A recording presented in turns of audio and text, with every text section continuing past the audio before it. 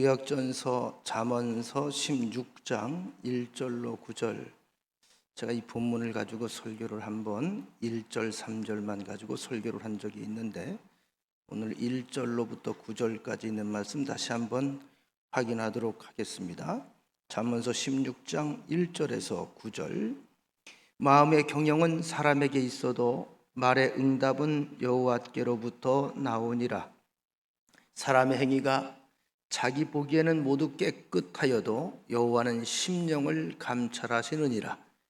너의 행사를 여호와께 맡기라. 그리하면 내가 경영하는 것이 이루어지리라. 여호와께서 온갖 것을 그 쓰임에 적당하게 지으셨나니 악인도 악한 날에 적당하게 하셨느니라. 물은 마음이 교만한 자를 여호와께서 미워하시나니 피차 손을 잡을지라도 벌을 면하지 못하리라. 인자와 진리로 인하여 죄악이 속하게 되고 여호와를 경외함으로 말미암아 악에서 떠나게 되느니라.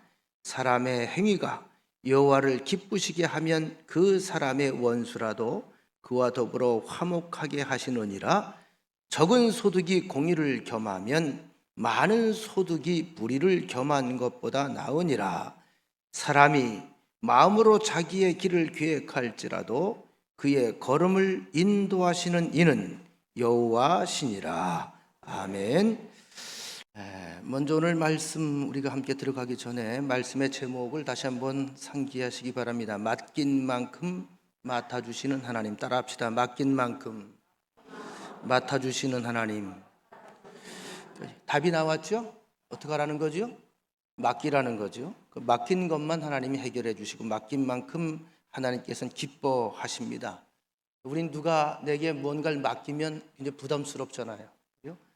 여러분들이 저에게 기도 부탁을 해도 저도 부담을 가집니다. 또 부담을 가지기 때문에 기도할 수밖에 없는 것처럼 우리 사람들은 모두가 누군가에게 내게 기대를 하고 맡기면 굉장히 큰 부담을 지게 됩니다. 마찬가지로 하나님도 우리가 뭔가 맡길 때 하나님은 부담감을 안습니다. 그런데 그 부담감은 우리처럼 그렇게 아주 힘겨운 부담감이 아니라 거룩한 부담감이고 하나님을 기쁘시게 하는 부담감이다. 그 부담감은 하나님으로 하여금 기쁘게 일하시게 만든다는 것을 먼저 여러분들이 염두에 두시고 맡길 수 있는 믿음을 소유하시기를 축원합니다. 먼저 제가 요즘에 새벽에 잠언서를 강의를 하고 있는데요. 이 잠언이라고 하는 말의 뜻이 한자로 보면 침으로 찌를 잠자입니다. 잠자가. 그래서 침으로 찌르는 말씀, 이런 뜻이에요. 일반적으로 쉽게 우리가 듣고 스쳐 지나가는 말씀이 아니라 찌르는 말씀인데, 여러분들이 이 잠언서 전체를 보면 구절이 한 구절 한 구절로 지금 되어 있죠. 근데 한 구절이 우리 인생의 목표로 놓고 살아가도 될 만큼 아주 굉장히 깊고 심오하고 굵은 말씀입니다. 그래서 이런 말씀들을 우리가 슬쩍 귀로 들어서는 자꾸 잊어버려요. 새버려요. 어떻게 된다고요? 천천히 곱씹어야 된다. 천천히 곱씹어요. 여러분들이 아마 하루에 눈 뜨고 아침 시작하면서 잠언서 한 절만 읽고 시작을 하고 그 말씀만 붙잡고 살아도 인생의 변화가 옵니다. 그만큼 이 잠언서가 굉장히 소중한 말씀. 잠언서는 어떤 말씀이라고요? 찌르는 말씀. 찔러. 왜 찔릴까요? 찔러서 아야하게 만드는 거예요. 이게 뭐죠? 나로 하여금 깨우게, 일깨워주는 말씀이다. 어느 성공적인 사업가가 초청을 받아서 CEO들을 대상으로 특강을 하는데 이런 말을 남겼습니다. 사람들에게 가장 어려운 두 가지 일, 이 문제만 해결할 수 있다면 모든 사람은 분명히 유능해질 겁니다. 그 두 가지 중에 하나가 뭐냐 하면 사람의 생각의 흐름을 바꿔놓는 것, 생각의 흐름을 바꿔놓는 것이고요. 또 한 가지는 뭐냐 하면 그 사람들이 우리 일상사의 삶 속에서 일의 가장 중요한 우선순위를 바로 정하고 우선순위부터 처리하게 만드는 능력을 갖추게 만드는 것이다. 이 두 가지만 확실하게 되면 그 사람의 인생은 반드시 유능해질 수밖에 없다. 이것은 가정도 마찬가지고 교회도 마찬가지고 개인도 마찬가지입니다. 왜냐하면 세상은 생각하는 사람이 지배를 합니다. 그래서 생각이 없다는 것은 속절없이 지배당한다는 말과 같은 말이에요. 죄송합니다만 우리나라는 굉장히 선진국이에요. 정치권이 시끄럽기도 하고 스트레스를 많이 주기도 합니다만 그만큼 똑똑한 사람들이 많다는 거고요. 그분들의 토론하는 이야기를 보면서 국민들이 다 판단을 해요. 그래서 저들이 모두 두려워하는 것이 뭐죠? 국민의 민심입니다. 이렇게 말하면 저 사람들이 나를 어떻게 판단할까? 국민들이 판단하는 게 거의 정확해요. 내가 느낀 거 이 사람도 느끼거든요. 이게 참 중요한 겁니다.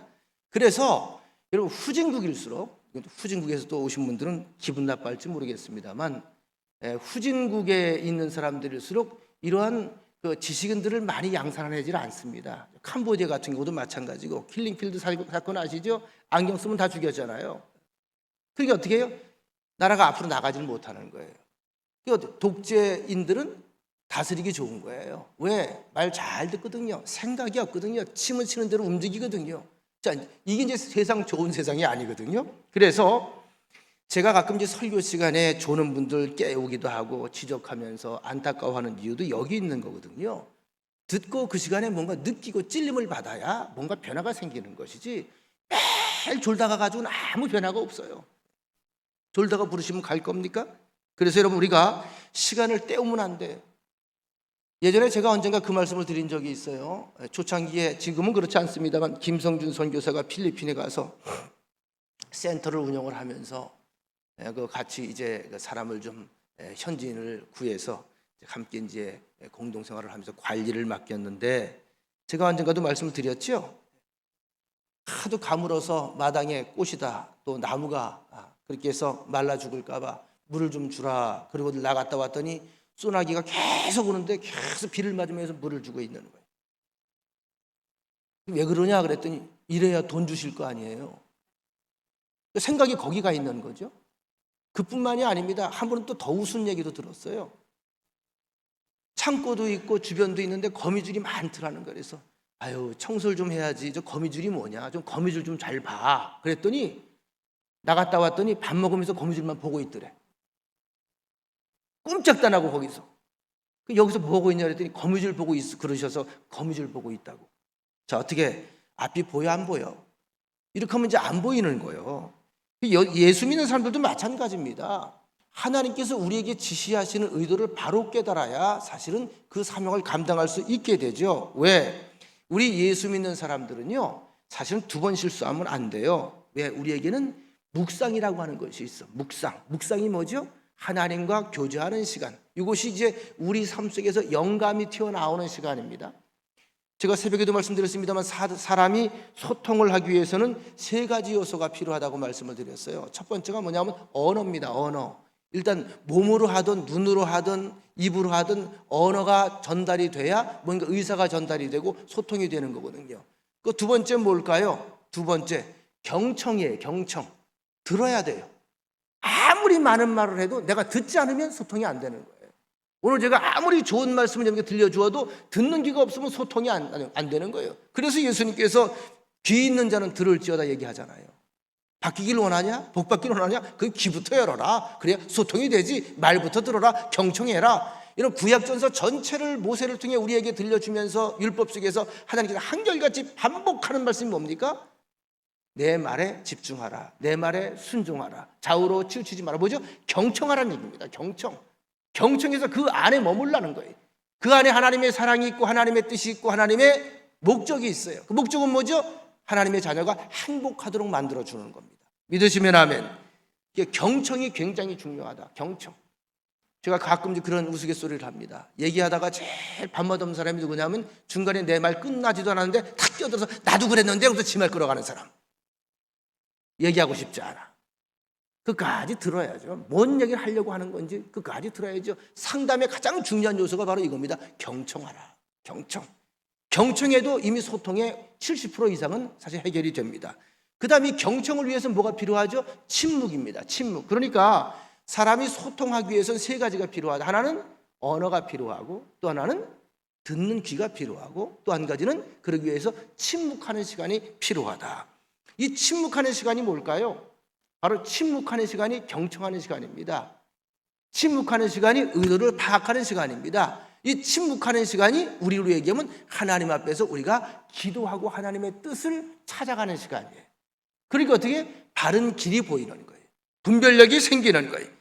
이렇게 무슨 일을 하든지 우리가 하나님 앞에 먼저 생각하는 시간을 갖자. 그 생각하는 시간은 경청하는 시간이다. 그리고 침묵하는 시간이다. 반드시 여기에 하나님의 뜻이 우리에게 전달이 된다. 오늘 본문에 잠언서 16장 3절에 보면 너의 행사를 여호와께 맡기라 그리하면 내가 경영하는 것이 이루어지리라. 이미 제가 서두에서 말씀드렸습니다. 잠언서는 나를 콕 찔러서 아프게 일깨워주는 말씀이다. 내가 경영한 것이 이루어지길 원하느냐? 그렇다면 먼저 하나님을 생각해라. 하나님께 맡겨라. 하나님과 먼저 의논해라. 이런 뜻입니다. 여러분, 성경에 보면 맡기라는 말씀이 참 많이 나오는데 특별히 믿음의 권고에 관한 말씀이 나올 때마다 맡기라는 말씀과 연결이 됩니다. 다시 말하면 믿음은 맡깁니다. 이렇게 얘기할 수 있습니다. 따라합시다. 믿음은 맡깁니다. 믿는 것만큼 맡겨요. 믿는 것만큼. 그죠? 맡긴 만큼 그 믿음이 하나님 앞에 증명돼 보이려는 겁니다. 그러면 우리가 맡겨야 되는 것들이 어떤 것이 있을까? 오늘 수많은 것들을 다 맡겨야 되겠지만 조금 더 우리가 이해를 돕기 위해서 6가지 정도만 우리가 그 맡김의 종류를 좀 나눠서 생각을 해보려고 합니다. 먼저 이 맡긴다라고 하는 말이 히브리 말로 한번 따라해 보실까요? 꼴. 따라해 보세요. 꼴. 꼴이라고 읽어요. 히브리어로. 맡긴다는 단어가 꼴 이렇게 읽어요. 이 말이 무슨 뜻이냐? 굴러간다 이런 뜻이. 굴린다. 다시 말하면 큰 둥근 돌을 짊어지고 가는 사람이 짊어지고 가면 찌부러져 죽어. 무게에 눌려서 찌부러져. 내 몸이 부서져. 어떻게 하라는 거예요? 그러지 말고 내려놓고 굴려보라는 거예요. 우리말로 이야기하면 내가 짊어지고 씨름하지 말고 하나님의 전능자의 손에 얹어놓으라는 거예요. 이게 맡긴다는 겁니다. 하나님 손에 얹어놔라. 믿으시면 하면 그 신앙생활이라는 게 뭡니까? 바로 맡기는 생활이에요. 믿음이 없으면 절대 못 맡깁니다. 믿음이 있는 만큼만 맡길 수 있어요. 그러니까 믿음이 크면 맡김도 더 커져요. 성경에 나오는 믿음의 대가들은 다 이 일에 성공한 사람들이죠. 다 맡긴 사람들이에요. 근데 일개 부분만 종류별로 맡긴 것이 아니라 모든 것을 다 맡긴 사람들, 맡긴 만큼 하나님께서는 일하시고 책임져 주신다. 그러면 내게 있어 맡겨야 될 것이 뭐냐? 먼저 잠언서 16장 9절 보십시다. 16장 9절. 자, 앞에 자막에 떴죠? 같이 한번 읽어보겠습니다. 시작. 사람이 마음으로 자기 길을 계획할지라도 그의 걸음을 인도하시는 이는 여호와시니라. 다시 한번. 사람이 마음으로 자기 길을 계획할지라도 그 걸음을 인도하시는 이는 여호와시니라. 계획한 대로 다 가는 게 아니죠. 인도하시는 분이 앞길을 열어주셔야 가는 겁니다. 시편 37편 5절에 보면 내 길을 여호와께 맡기라. 내 길을 여호와께 맡기라. 그를 의지하면 그가 이루시고 내 의를 빛같이 나타내시며 내 공의를 정오의 빛같이 하시리로다. 자, 내 길을 여호와께 맡긴다. 이 맡기는 게 그분을 의지하는 거죠. 그분을 의지하면 그분이 그 일을 이루어 주시고 내 의를 빛같이 나타내신단 말은 뭔 말이냐 하면 내가 지금 나한테 맡기는 행위 자체가 하나님은 선으로 보는 거예요. 이거 선한 행위로 보는 거예요. 세상엔 불의와 선이 있죠? 악과 선이 있죠? 이거 선한 행위로 보는 거예요. 의로운 행위로 보는 거예요. 그래서 의라고 표현하잖아요. 너의 그 선한, 나를 믿고 맡기는 그 선한 행동을 어떻게 하나님께서 빛같이 세상에 드러내 보이리라. 자, 비유를 들어서 설명해 드리겠습니다. 내가 여러 번 비유를 들어도 여러분들은 늘 행복하시리라 생각을 합니다만 요셉이라고 하는 사람은 늘 단골 메뉴지요. 요셉에게 큰 사람이 될 것을 꿈을 통해 아주 어린 시절 보여줍니다. 꿈의 해와 달과 별 11개가 자기에게 절하는 것을 보았습니다. 이 일을 떠벌렸어. 이것 때문에 미움의 이제 근거가 됐죠. 아버지, 어머니 그리고 형제 11명이 자기에게 절한다고 하는 그런 꿈이었어요. 그의 형들이 아주 대노하죠. 화가 나서 야, 우리가 너한테 절을 한다고? 이런, 그렇지 않아도 꼴보기 싫어 죽겠는데, 그렇지 않아도 아버지 특별한 사랑을 받아가지고 아주 꼴보기 싫은데 우리가 네 앞에 절을 해? 그런 일은 없을 것이다. 미운 놈이 더 미워지라는 거예요. 이후에 요셉은 아시는 것처럼 인생의 가장 밑바닥처럼 보이는 곳으로 굴러떨어지게 되지요. 그를 죽이려고 하는 형들의 음모 때문에 구덩이에 떨어졌다가 절대절명의 위기 속에서 구덩이 신세가 되었다가 그들의 마음이 좀 바뀌죠.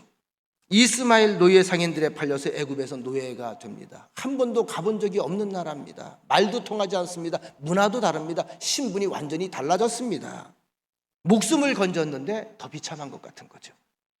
천신만고 끝에 겨우 자리를 좀 잡고 인정을 받는가 싶더니 보디발 장군 아내의 유혹을 물리친 결과로 이제는 억울한 옥살이를 하게 됩니다. 이건 노예보다 더 깊은 구덩이에 던져진 거죠. 공부를 이미 했습니다만 요셉의 17세부터 30세의 인생은 그야말로 완전한 바닥 인생입니다. 바닥 인생.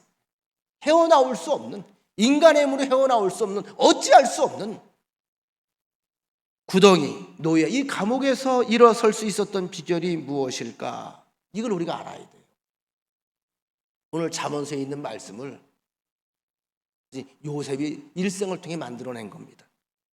지금 자신이 서 있는 위치, 신분, 여기에 집중하면 비참할 수밖에 없어요. 우울할 수밖에 없어요. 참혹할 수밖에 없어요. 억울할 수밖에 없어요. 극단적인 선택을 할 수밖에 없어요. 그런데 요셉은 보는 눈이 달랐다는 거죠. 하나님을 확실하게 믿었어요. 확실하게. 또 경상도 분들은 잘 못 알아듣죠. 요셉은 하나님을 확실하게 믿었어. 확실하게. 그래야 알아듣잖아. 확실하게. 그냥 대충 믿은 게 아니고 부분적으로 어떤 건 믿고 어떤 건 안 믿은 게 아니라 전폭적으로 다 믿어버렸어요. 내 인생을 다 거기다 맡겼어. 내 인생을 어떻게 할 거야 이걸. 이 처지에 있는 이 모든 짐들을 내가 어떻게 할 거야. 감당할 수 없잖아요. 해결할 수 없잖아요. 방법이 없잖아요. 어떻게 통째로 드렸어요. 그래서 어떤 상황에서도 하나님과 자신과의 관계에 초점을 맞춥니다. 형들에게 배신을 당했을 때에도, 억울하게 옥살이 할 때에도, 심지어는 옥에서 만난 사람의 약속을 어겨서 2년 동안 더 옥살이가 늘어날 때라도 결국은 사람에게 기대했던 요셉은 계속 사람에게 어떻게 힘을 얻었어요? 실망을 했어요. 실망을 하게 되잖아요. 또 실망이 되는 거예요. 상처예요. 배신이에요. 달면 삼키고 쓰면 뱉는 게 인생이야. 이걸 일찍부터 배운 거예요. 참 요셉이 대단히 영리한 사람입니다. 총명한 사람입니다. 그럴 때마다 어떻게? 그렇죠. 내가 매달리고 내가 애써도 결국 사람이 하는 일은 다 그런 거지요. 그러나 세상을 주관하시는 건 하나님이십니다. 하나님께 눈을 돌리는 거예요. 하나님 아시죠? 보셨죠? 느끼셨죠? 제 마음이 이래요. 하나님 아시죠? 하나님 전 맡겼어요. 하나님 알아서 하세요. 아무리 인간적 계산을 한다 할지라도 계산 속에 답이 나오질 않습니다. 숫자가 나오질 않아요. 그러나 이것을 맡기는 거예요. 하나님은 해답이 있다. 생기는 모든 사건들이 나는 지금은 보이지 않지만 하나님의 원대한 그림 속에 분명히 어떤 하나님의 섭리가 있을 것이다. 다시 말씀드립니다. 하나님의 위대한 일은요, 내가 봐서 보는 게 아니고 보려고 해서 보는 것이 아니라 하나님이 열어서 보여주셔야 보는 거예요. 그래서 우리 기독교는 계시의 종교입니다. 보여주시는 것만 보는 거예요. 빛을 비춰주셔야 사물이 보이는 거예요.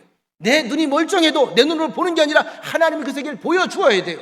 요셉이 그 세계를 자기 눈으로 보았습니까? 하나님께서 보여주셨습니까? 보여주신 겁니다. 아시는 것처럼 훗날 그가 총리가 되죠. 대제국 애굽의 총리가 됩니다.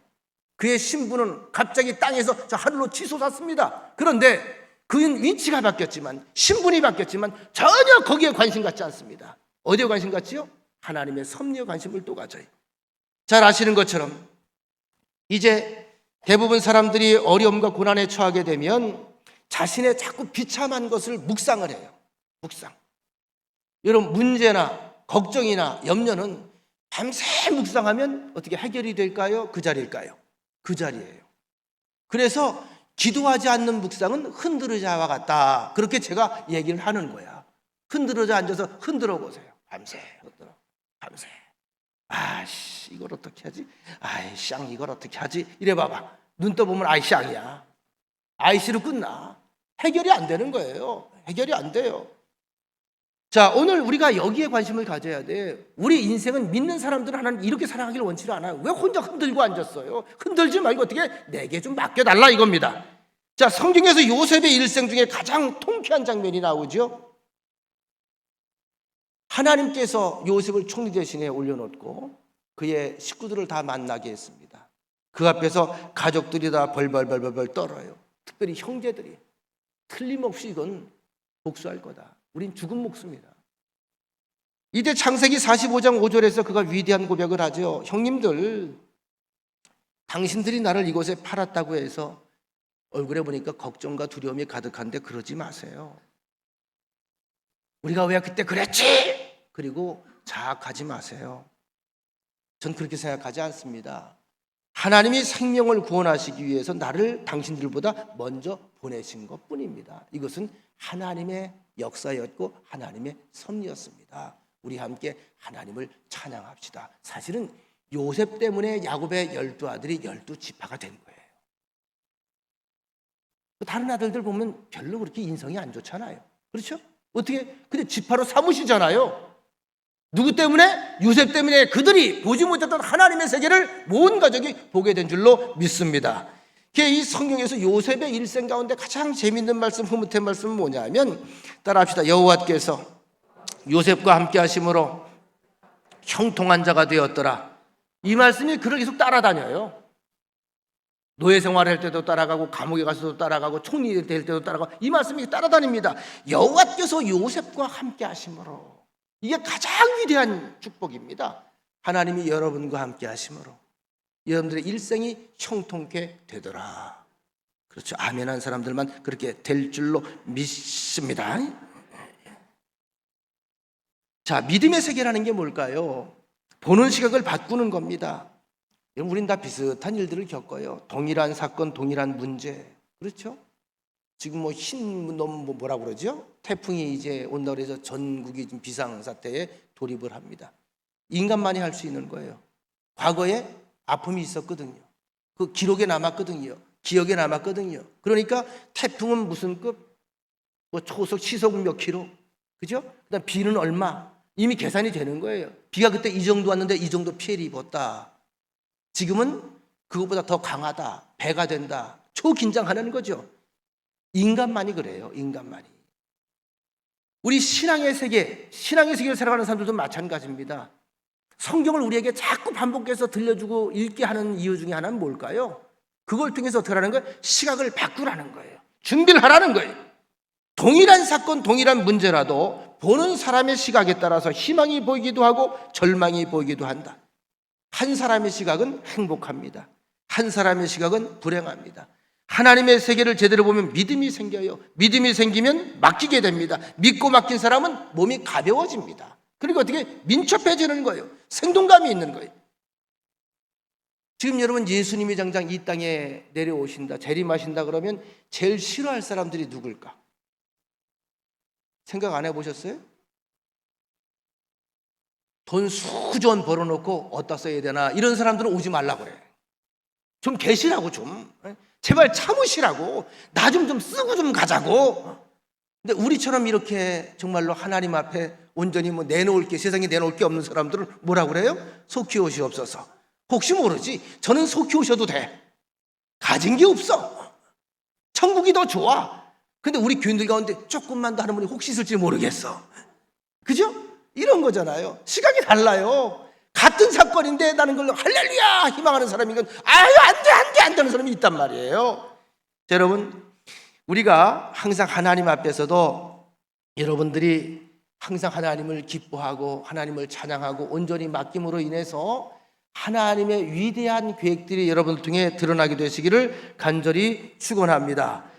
우리의 모든 길을 하나님께 맡기는 인생이 되라. 두 번째, 오늘 3절을 보십시다. 3절 같이 읽습니다. 시작. 너의 행사를 여호와께 맡기라. 그리하면 내가 경영하는 것이 이루어지리라. 행사는 모든 일들입니다. 모든 일들. 여러분 죄송합니다. 기도할 때는요 하나님 앞에 어떻게 아래일 것과 아래지 말아야 것이 구별되어 있어요. 미주알 고주알 다 그냥 얘기해야 돼. 미주알 고주알 다 얘기해야 되는 거예요. 이게 가족인 거예요. 가족은 미주알 고주알 얘기 다 하거든요. 별걸 다 얘기해 쓸데없이 그냥. 그게 가족인 거예요. 하나님은 그런 관계를 원하신다는 거예요. 그런 관계. 그리고 그 일을 듣고 판단은 누가 하시는 거예요? 하나님이 하시는 겁니다. 모든 길에서 모든 일을 하나님께 맡기라. 우리는 창세기 26장에 모든 행사를 다 하나님께 맡기고 살아가는 이삭의 아름다운 신앙의 모습을 발견하게 됩니다. 이삭이 살고 있던 땅에 기근이 들었습니다. 이삭은 아시는 것처럼 아브라함의 100세에 낳은 외아들입니다. 이삭은 가족들을 데리고 얼마 안 되는 가축을 끌고 애굽으로 가려고 했습니다. 애굽은 젖줄 나일강 때문에 가뭄이 드는 경우가 없어요. 목축업 하는 사람들은 물이 있어야 돼요. 그 다음에 풀이 있어야 돼요. 갈 수밖에 없죠. 왜? 당장 굶어 죽으니까. 눈앞에서 다 말라 죽으니까. 그런데 하나님께서 나타나셔서 말씀해 주십니다. 창세기 26장 2절로 5절. 전 이렇게 보는 거예요. 그냥 말씀하신 게 아니라 이삭이 고민하며 엎드리며 기도했겠죠. 기도했더니 하나님께서 음성을 들려주신 거죠. 여호와께서 이삭에게 나타나 가라사대 애굽으로 내려가지 말고 내가 너에게 지시하는 땅에 거하라. 이 땅에 유하면 내가 너와 함께 있어 내게 복을 주고 내가 이 모든 땅을 너와 내 자손에게 주리라. 내가 네 아비 아브라함에게 맹세한 것을 이루어 네 자손을 하늘의 별과 같이 번성케 하며 이 모든 땅을 내 자손에게 주리니 네 자손을 인하여 천하 만민이 복을 받으리라. 이는 아브라함이 내 말을 순종하고 내 명령과 내 계명과 내 율례와 내 법도를 지켰음이니라 하시니라. 아멘. 우리 교인들은 참 통이 큰 것 같아요. 제가 다른 교회 가서 설교하고 집회를 하면요, 이 구절 한 절 한 절 읽을 때마다 아멘을 크게 하는 사람들이 꽤 많아. 왜? 그 복은 나의 복. 그 복은 나의 복. 이게 아멘입니다. 그 복이 내게도, 그 복이 내 땅에도, 그 복이 내 가정에도 이 간절함이 있어야 돼요. 그래서 이삭이 어떻게 해요? 하나님께서 이끌어 주신 대로 그랄 땅으로 갑니다. 그랄. 지랄이 아니고 그랄이에요. 그곳에서 농사를 지었어요. 이상하고 놀라운 일이 벌어졌어요. 흉년에 나쁜 땅을 빌려서 대강 농사를 지었는데 하나님께서 축복하시니까 하나님께서 약속하시고 하나님 얘기하신 데는 다 하나님의 의도가 있어요. 알아서 하시겠다는 거예요. 100배의 축복을 받아서 거기서 마침내 거부가 됩니다. 자, 블레셋 사람들이 시기를 합니다. 아니 우리 죽으라고 뛰어도 안 되는데 저는 와가지고 탄 데서 온 놈이 오자마자 그의 100배 나오니까 이게 눈이 뒤집어질 일이야. 사람은 이거 눈 뜨고 못 보거든. 그죠? 같이 망하면 차라리 좋겠어. 저놈이 잘 돼. 굴러온 돌이 어디서 감히 되먹지 못하게. 이렇게 되니까 블레셋 사람들이 그 시기심을 마음에만 감추고 있을 수가 없었습니다. 어떻게 해요? 몽둥이 들고 들어가죠. 이 땅에 와서 왜 네가 우리 거 다 뺏어 먹냐? 니네 땅이 풍년이 되는 바람에 우리 땅의 양분이 다 뺏겨서 우린 흉년이다. 이렇게 시비를 붙는 거예요. 자, 이삭이 블레셋 사람과 싸우지 않습니다. 조용히 이제 다시 돌아갑니다. 그리고 우물을 다시 파요. 블레셋 사람들이 와서 또 뺏어요. 그래서 우물을 에색이라 부릅니다. 자, 모든 것을 참고 다시 신나라고 하는 곳에 간 이삭이 우물을 또 팝니다. 또 빼앗겼습니다. 이삭은 또 참았습니다. 이걸 보면 이삭은 바보 상바보야. 그죠? 지가 애써 건 걸 왜 포기하고 가요? 그러면 이삭의 주변엔 일꾼들이 없었을까요? 장정들이, 기라성 같은 장정들, 훈련받은 장정들이 수두룩하게 있었어요. 붙을만 해요. 안 붙는 거예요. 싸움을 벌이기보다는 차라리 손해를 보는 포기를 선택을 했어요. 여기에 이제 이삭의 이게 히브리서 11장에 보면 이제 이삭의 믿음을 이걸 비유하는 거예요. 이삭은 하나님을 믿었다는 거죠. 이 모든 것이 100배의 축복을 받은 것도 내가 한 게 아니고 하나님 하신 거 눈으로 봤잖아요. 그렇다면 굳이 여기서 내가 싸울 필요가 뭐 있어? 다른 데 가도 하나님이 또 나를 도와주시고 나와 동행하시는데 배짱이죠. 적게 소유하면서 평화와 안정을 누리는 것이 많이 가지고 시기와 분쟁 속에 있는 것보다 낫다고 여긴 거예요. 잠언서 그런 말씀이 나오잖아요. 운물을 지키면서 표적이 되는 것보단 참고 피하며 숨어버리는 인내를 선택을 한 것입니다. 언제 빼앗길지 모르는 불안감 가운데 이삭은 르호봇이라고 하는 곳으로 가서 다시 운물을 팝니다. 근데 그 과정 속에 이상한 일이 벌어져요. 블레셋 사람들이 이삭의 흔적들을 보잖아요. 시비를 붙으면서 가보니까 이 황망한 아주 황폐한 곳인데 큰 조장을 이루었어요. 우리가 눈 뜨고 처음 경험하는 일이다. 저기 가서 또 산대 또 쫓아갔어. 우물 뺏었어. 희한하네. 에덴 동산처럼 바뀌어 있어. 3번을 따라가 봤어요. 자, 사람의 눈으로 보면서 믿어지지가 않는 거예요. 그리고 그들이 드디어 이삭을 두려워하기 시작합니다. 이건 사람이 하는 일이 아니다. 저에겐 무언가가 있다. 묻습니다. 너 누굴 믿냐? 너 배후에 빽 있냐? 내겐 하나님이 있다.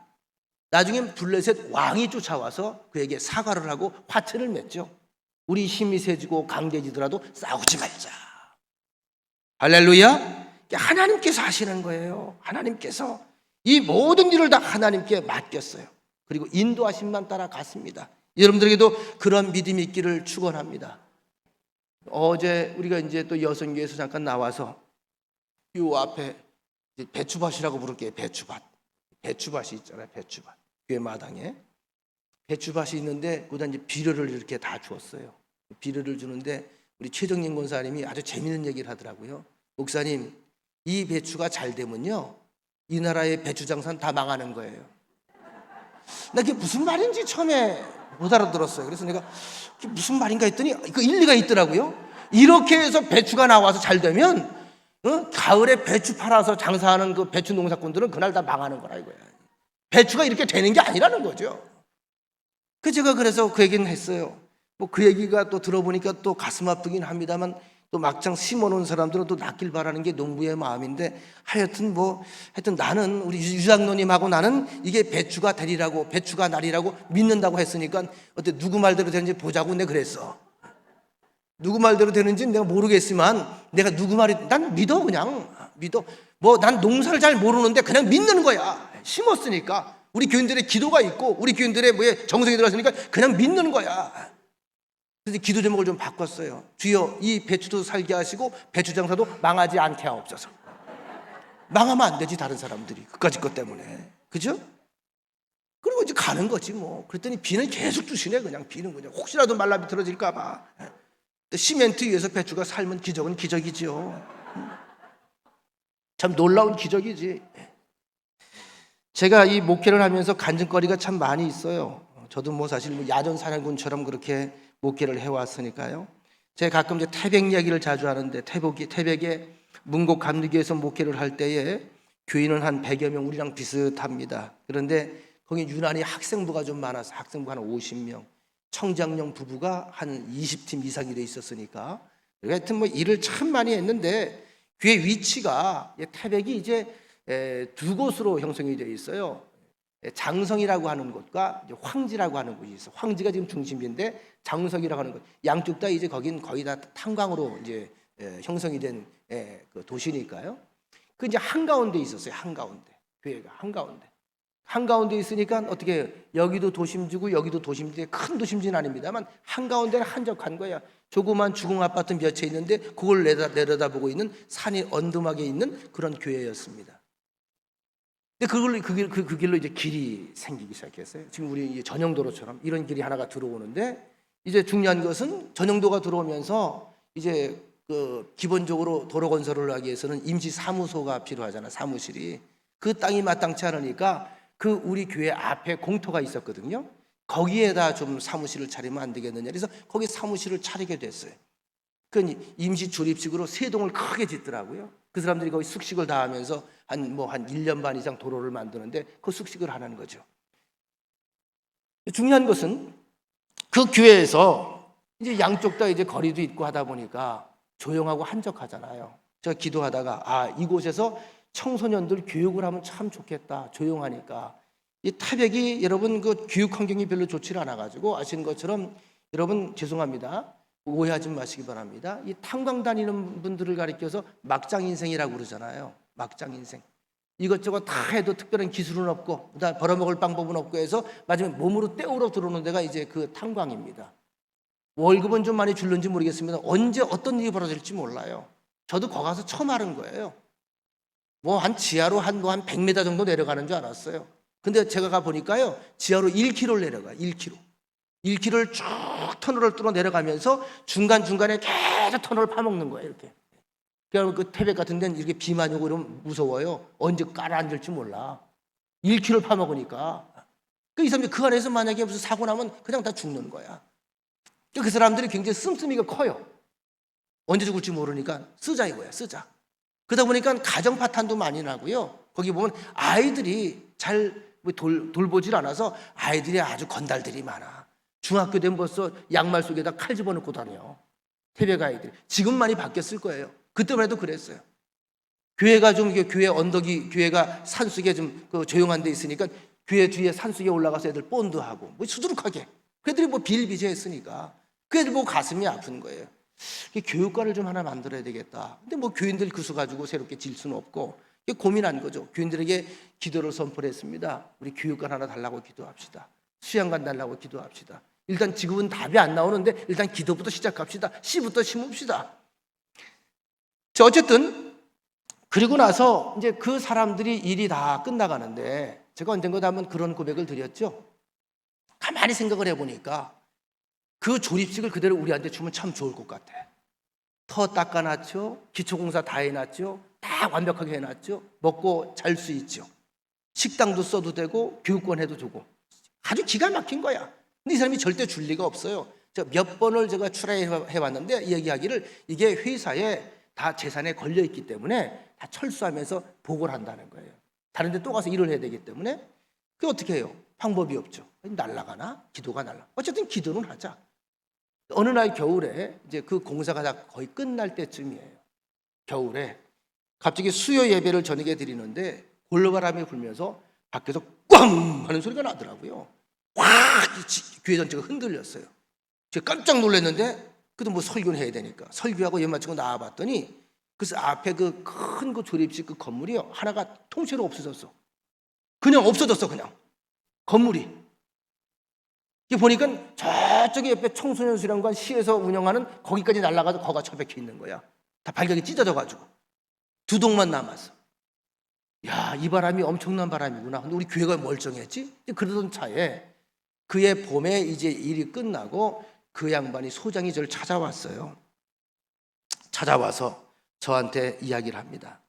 아유, 목사님 너무 친절하게 배려해 주셔서 너무 고맙습니다. 먹을 거 있으면 늘 갖다 드렸거든요. 교회 축제 떡도 갖다 드리고 국도 갖다 드리고. 제가 얘기했어요. 당연한 일입니다. 이 지역을 위해서 얼마나 좋은 일을 해주셨는데 그 임대를 가져왔어요. 임대를 받을 생각 없습니다. 우리 이만큼만 해도 우리는 받을 만큼 받은 거라고 생각을 합니다. 왜냐하면 못 쓸 땅을 복토로 해서 기가 막히게 만들어줬거든. 그러니까 이 소장이 말하기를 자기는 교회 다니지는 않는데 그래도 하나님 앞에 찍히면 좋지 않다는 건 안 돼. 그러면서 저한테 하는 얘기가 제가 어떻게 은혜를 갚죠? 뭐 필요한 게 뭐 없나요? 그러니까 제가 옳다구나 하고 얘기를 했죠. 3년 전부터 기도 제목과 꿈을 얘기 들려줬어요. 쭉 얘기를 해줬어요. 이게 우리 기도 제목이었습니다. 우리가 개인 소유도 아니고 개인 재산도 아니고 지역 청소년들이 그러고 다니는 것이 방황하는 것이 안타까워서 그들을 위해서 수양관을 좀 만들어주고 싶습니다. 그게 제 가슴 아픈 기도 제목 중에 하나였습니다. 그랬더니 곤란한데요. 제가 다시 한번 알아볼 거 좀 알아보겠습니다. 이제 그렇지 않으면 다 철거해가지고 가는 거죠. 그랬더니 그분이 얘기하기를 목사님 찾아오셔서 참 복이 많으시네. 우리가 현장 사무실 지을 때 회사에 다 재산으로 잡혀 있는데 무조건 철거를 해야 된다는 거예요. 이게 이제 법이라는 거예요, 법. 근데 요전에 돌풍에 날아간 게 A동, B동, C동이 있는데 그들이 얘기하는 게 A동은 A급, B급, C급으로 보는 거예요. C급은 사용한 뒤에 폐기 처분하는 거고 B급은 한 번 더 써야 되는 거고 A급은 반드시 가져가야 되는 거고. 근데 뭐가 날아갔다고? A급이 날아간 거예요. 자기가 이제 상담을 해보니까 A급이 날아갔대. 그래서 회사 측에 얘기를 해봤더니 그 B급 가져오면 또 C급 되고 C급 되면 버리는데 그 교회에서 좋은 일 한다고 하니 어떻게 그거 재난사고로 다 처리해버리고 그냥 놓고 와라. 그래서 리모델링까지 다 해놓고 갔어요, 그 사람들이. 할렐루야? 여러분, 이게 그런 거예요. 근데 중요한 건 그걸 해놓고 나서 또 이제 그 시멘트가 많이 필요해. 바닥 공사 다시 해야 되고 그 다음에 또 보일러도 놔야 되고. 근데 그 시멘트가 또 뭐 레미콘으로 한 두세 차 이상이 필요한데 그것도 또 만만치 않거든요. 제가 또 기도하다 보니까 떠오르는 분이 있어요. 제가 전도사 시절에 대형 건설에서 일하던 그 선임 장로님이 계시고 그분이 그때 그 사장이셨어요. 아주 가깝게 지냈는데 그분에게 전화를 제가 바로 했죠. 장로님, 여기 와서 이렇게 목회를 하고 있는데 이런 일이 벌어졌습니다. 그랬더니 장로님이 하는 얘기가 바로 전사님 기다리십시오. 그리고 전화를 바로 했더니 레미콘이 세대가 바로 오는 거예요. 교회에서 돈을 한 푼도 안 들였어. 음료수만 들였어. 자, 제가 왜 이런 얘기를 하냐 하면 이런 일이 우리 삶 속에서 실제로 일어나더라는 얘기를 여러분들에게 들려드리는 것입니다. 여러분들의 모든 일들을 하나님께 맡기시길 축원합니다. 세 번째는 무거운 짐들이 있잖아요. 마태복음 11장 28절에 보면 예수님이 말씀하시기를 수고하고 무거운 짐진 자들아 다 내게로 오라 내가 너희를 쉬게 하리라. 무거운 짐을 하나님께 맡겨라. 무거운 짐. 자, 우리가 인생길을 가다 보면 견디기 버거울 정도로 내리누르는 짐들이 있어요. 그럴 때마다 그 무거운 짐을 내가 해결하려고 하니까 스트레스 받고 사람이 병이 나는 거예요. 저도 이제야 깨달았어요. 이 나이가 돼서야. 40대까지는요 교회 짐을 제가 다 짊어지고 살려고 그랬어요. 승질이 있었거든요. 팔팔했거든요. 혈기가 있었거든요. 근데 그렇게 되는 게 아니더라고요. 인생이요. 맡길 거는 과감하게 맡기는 것도 죄주야. 여러분 맡기세요. 저 보세요. 우리 교인들이 막 난리쳐도 눈 하나 깜짝 안 해. 이젠 왠 줄 아세요? 그냥 맡기고 살아. 맡기고 살아. 여러분 모세를 보십시다. 200만 명 이상의 이스라엘 백성들을 광야로 인도해낸다는 게 결코 쉬운 일이 아니잖아요. 그 과정 속에 보면 얼마나 많은 어려움과 고역이 있었습니까? 위기가 얼마나 많았습니까? 양식도 없습니다. 물도 없습니다. 주택도 없습니다. 제가 오래전 성지순례에서 가장 인상에 남았던 곳이 시내산, 그리고 또 하나는 애굽에서 이스라엘로 가는 길에 봤던 그 사막길이 지금 제일 인상에 남아요. 그 외에 많은 걸 봤습니다만 가장 머리에 남는 거, 시내산이 평생 인생에 남을 것 같아요. 거기 제가 걸어 올라갔거든요. 모세가 십계명을 받았다는 그 돌산. 또 하나는 사막입니다. 우리가 사막은 어디서 봐요? 그 관광버스를 타고 4시간 이상을 계속 달려가는데 도로는 딱 한 줄로 일렬로 돼 있어요. 일렬로 똑바로 가요. 그 졸기 딱 맞더라고. 아주 하늘도 밝고 바닥도 밝아요. 반사가 돼서 환해요. 그 사람들은 필수가 선글라스야. 이거 안 끄면 눈이 상한다는 거예요. 4시간을 똑같은 길 아무것도 안 보여. 다 그냥 모래야. 거기 그냥 가는 거예요. 여러분 생각해 보세요. 얼마나 지루했겠어요. 목사님들이 다 주무시는 거지. 차 안에서 4시간 동안 계속 하니까 저는 잠을 잘 수가 없더라고요. 너무 신기한 거예요. 여기서 사람이 어떻게 살았지? 200만 명이 어떻게 살았지? 어떻게 잠을 잤지? 너무 신기한 거예요. 그러면서 제가 계속 질문을 합니다. 어떻게 물을 해결했을까? 어떻게 그 사람들이 먹고 살았을까? 성경은 분명히 살았다고 40년 살았다고 나오잖아요. 근데 답이 딱 하나 나와요. 답이 뭘까요? 하나님 외에는 답이 안 나와. 하나님 외에는 대안이 없다는 거. 어쩌면 하나님이 이걸 모세와 이스라엘 백성들에게 가르쳐 주려고 이곳에서 40년을 돌게 하셨나 보다. 실제로 그렇죠? 이것이 제가 여러분들에게 성경을 가르치는 데 많은 도움이 되는 거예요. 그래서 그들이 이 세대들이 가나안에 들어갈 때 어떻게 합니까? 오직 하나님이잖아요. 오직 주의 말씀, 오직 주의 능력. 이러니까 가나안을 점령해 들어가는 거 아니겠습니까? 오직 하나님이 대안이야. 따라합시다. 하나님만이 나의 대안이다. 여러분 세속바라기들이었잖아요. 그 사람들이 세상바라기들. 세상만 바라보고 살던 사람들이잖아요. 세속만 바라던 사람들이잖아요. 그런데 광야를 거치면서 그들이 다 주바라기로 바뀌는 거예요. 주님만 바라보는 사람들. 그래서 어떻게 하나님께서 신나서 일을 하셨다는 것을 우리가 알아야 합니다. 모세는 이것을 믿고 출발한 거예요. 하나님께 이 말씀을 들은 거예요. 그래서 그가 홍해바다를 바로 앞에 두고 불평하는 불안해하는 이스라엘 백성들에게 말씀하잖아요. 너희들은 잠잠히 하나님께서 하시는 일을 보라. 시편에 나오죠. 모세는 하나님의 모든 행사를 미리 믿고 바라보았고 이스라엘 백성들은 눈앞에 펼쳐지는 현상만 보았다. 여러분 현상만 보지 말고 우리에게 약속하신 원대한 약속을 붙잡으시기를 간절히 축원합니다. 자, 이럴 때 어떻게 한다는 거예요? 주께서 책임지시겠다는 거예요. 그게 뭐죠? 모든 짐을 맡아주시겠다는 거죠. 결국 모세의 믿음은 모세 개인의 믿음이 아니라 이스라엘 전체의 믿음으로 확장되고 확산됐다는 것을 우리가 알아야 됩니다. 여러분들의 믿음은 여러분 혼자의 믿음으로 끝나질 않아요. 여러분 곁에 있는 가족에게 이 믿음이 갑니다. 여러분들의 믿음이 이 사회로 갑니다. 여러분의 개인의 믿음이 그 속회에 갑니다. 그 선교회로 갑니다. 그래서 선교회장님들이 참 믿음의 통이 좀 커야 돼요. 웬만한 건 흔들리지 말고 삐지지도 말고 실적도 가지 말고 주여, 그리고 옆에서 걱정하면 걱정하지 마, 지금 기도하고 있어요, 같이 기도합시다, 이러면 저처럼 거룩한 목소리가 가끔 나와.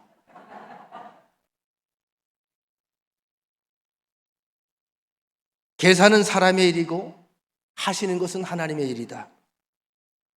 이 감옥에 있는 사형수들을 대상으로 오랫동안 간수 역할을 하던 분이 있어요. 그러면서 그들을 선도하고 그다음에 전도하던 분이 있는데 그분이 책을 하나 냈어요. 그 책 속에 이런 이야기가 있더라고요.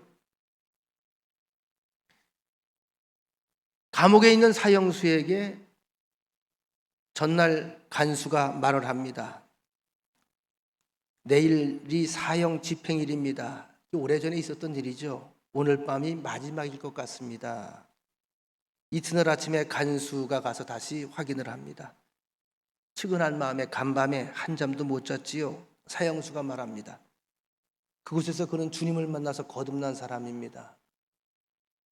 그런데 이렇게 말을 하더라는 거죠. 아니요, 주님 품에 갈 것을 생각하니 좋아서 푹 잤어요. 이렇게 해서라도 제 죄값을 치를 수 있다면, 예수님의 고난에 동참할 수 있다면 저는 영광이지요.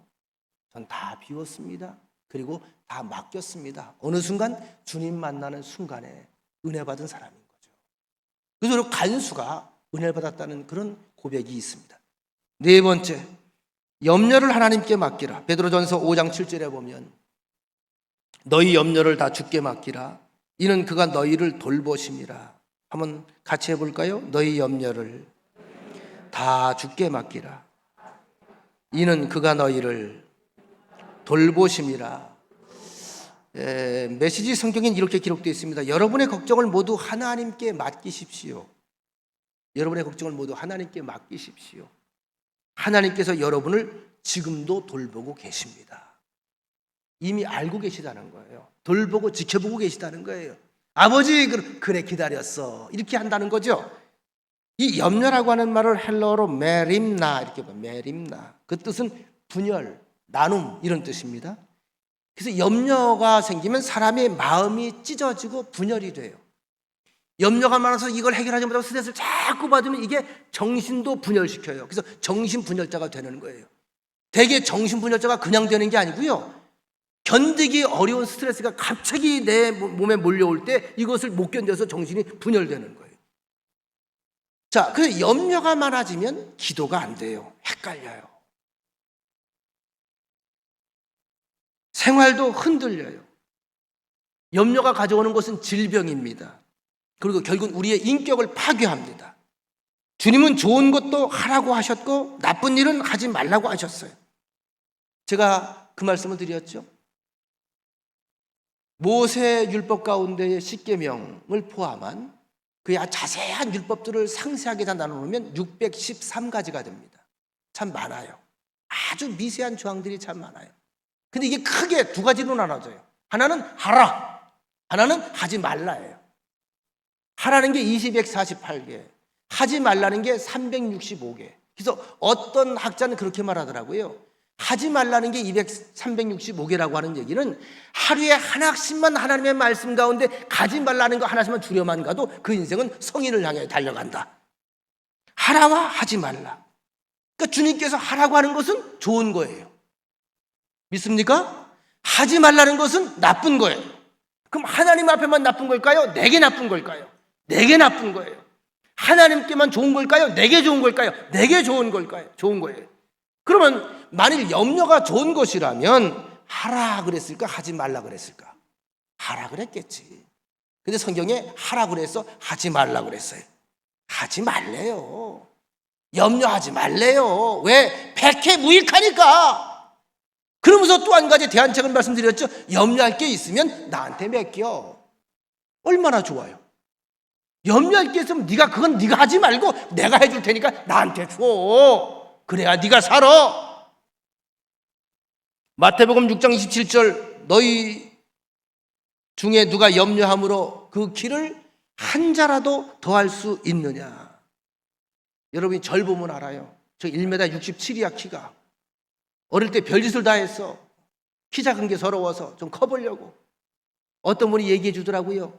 콩나물을 먹으면 키가 큰다고. 제가 대한민국에서 콩나물을 어릴 때 제일 많이 먹었을 거예요. 또 어떤 분이 얘기하더라고요. 잠을 자다가 꿈속에서 떨어지면 이렇게 놀라면서 사람이 큰다는 거야. 그래가지고 저녁에 그 어린 마음에 기도하고 잤잖아. 주여, 낭떠러지에서 오늘 밤도 떨어지게 하옵소서. 근데도 이것밖에 안 커. 안 자러. 걱정한다고 되는 게 아니요. 그리고 30절 끝에 보니까 믿음이 적은 자들아 그랬죠. 위의 말씀을 통해서 염려는, 우리 예수 믿는 사람들의 염려는 믿음과 바로 직접 연결된다는 사실을 주목해야 됩니다. 내가 믿음이 있느냐? 염려가 물러가야 돼요. 염려가 들어온다? 내 믿음이 취약해진 거예요. 요한복음 14장 1절, 너희는 마음에 근심하지 말라. 하나님을 믿으니 또 나를 믿으라. 빌립보서 4장 6절, 아무것도 염려하지 말고 염려하지 말래잖아요.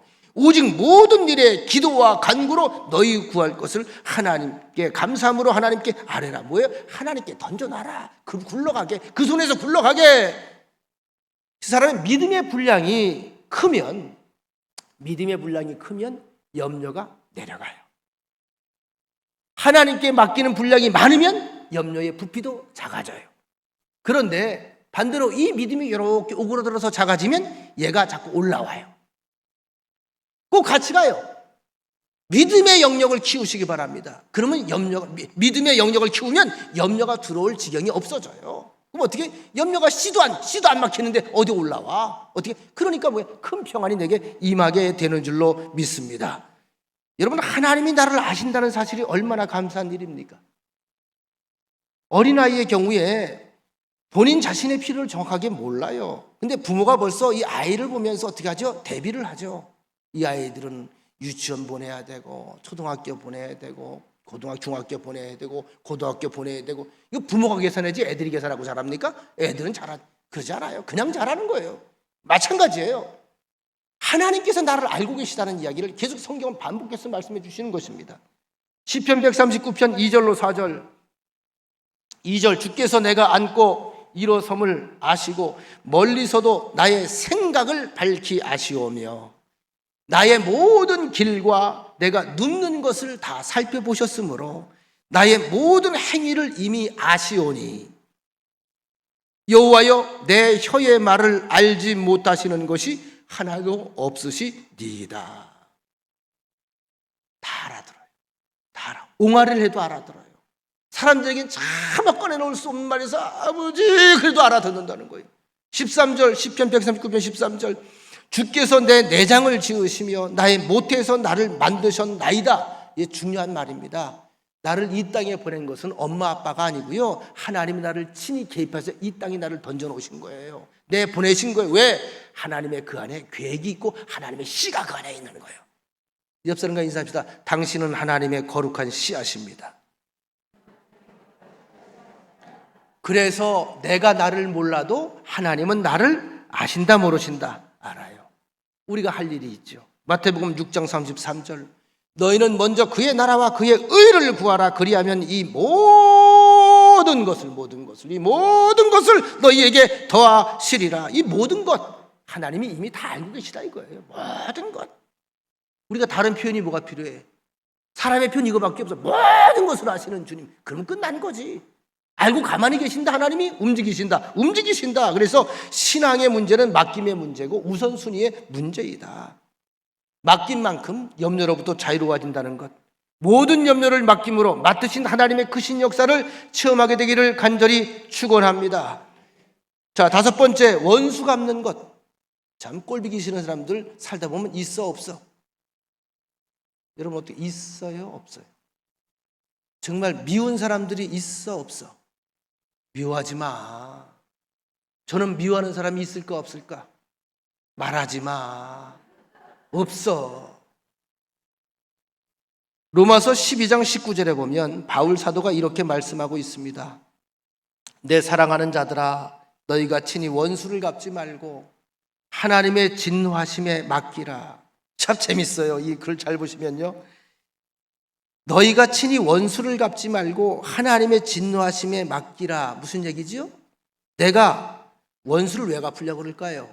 피해를 봤으니까, 아픔이 있으니까, 그죠? 나에게 손해를 끼쳤으니까 자꾸 나를 학대하니까 원수 갖고 싶어. 근데 하나님이 어떻게 한다는 거예요? 이걸 보고 진노하신다는 거예요. 다시 말하면 내 새끼 건드렸어? 내 새끼를 아프게? 저 나쁜 놈이네, 몹쓸 놈이네. 하나님이 이미 진노하고 계시다는 거예요. 그걸 보고 그러니까 어떡하나? 원수 갚는 것이 내게 있으니 내가 갚으리라고 주께서 말씀하셨다. 따라합시다. 원수 갚는 것이 주께 있으니 주께서 갚아주시리라. 그러니까 내가 심판자가 되지 말라는 거예요. 다윗이 17살에 골리앗 장군을 이김으로 이스라엘 백성들의 사랑을 한 몸에 받았습니다. 영웅이 됐습니다. 이락 소년 영웅입니다. 온 백성들이 사울왕이 드는 앞에서 미녀처럼 외칩니다. 사울은 천천히요, 다윗은 만만히로다. 이러면서 고무줄 놀이라는 거예요. 질투와 시기심을 느낀 사울왕이 도저히 잠을 잘 수가 없어. 좌불안석입니다. 불안합니다. 기분 나쁩니다. 자존심 상합니다. 그래서 다윗을 그때부터 죽이려고 합니다. 다윗은 이때부터 아주 힘든 싸움이 시작이 되죠.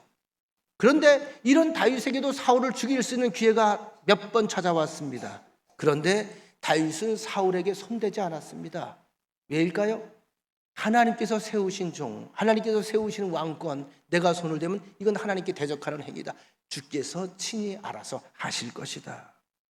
원수 갚는 것을 하나님께 맡겼습니다. 하나님께서 다 처리해 주셨습니다. 사울은 전쟁터에서 죽고 말았습니다. 심지어는 아시는 것처럼 시편 3편의 고백이죠. 자기가 사랑하고 가장 아끼고 자랑스러워했던 아들 압살롬에 의해서 구테타 때문에 쫓겨나게 되잖아요. 어디가 말을 할 수도 없습니다. 그러다가 내 아들을 내 손으로 죽일 수도 없습니다. 이게 이제 내리사랑이라는 거예요.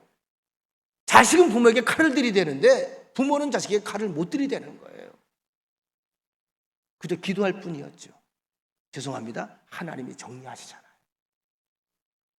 다윗은 아들의 죽었다는 소식을 듣고 대성통곡을 합니다. 자기를 죽이려고 하는, 애비를 죽이려고 하는 그런 천하의 대역죄인인데도 다윗은 가슴이 아팠습니다. 그런데 여러분, 이걸 아셔야 돼요. 이러한 다윗의 신앙심과 심성 때문에 하나님이 다윗에게 홀랑 반하는 거예요. 이런 심성을 가진 사람, 이런 신앙의 자세를 가지고 살아가는 사람을 하나님은 기뻐하는 겁니다. 우리가 살다 보면 사람들과 불편한 관계를 가질 수 있어요. 그때마다 인간적으로 감정적으로 해결하려고 하지 말고 시간을 기다리면서 하나님께 맡기시면 하나님께서 내 방법보다 더 유익한 방법으로, 더 좋은 방법으로 해결해 주심을 믿으시기를 축원합니다. 그래서 우리의 관계를 하나님의 편에서 생각을 해라.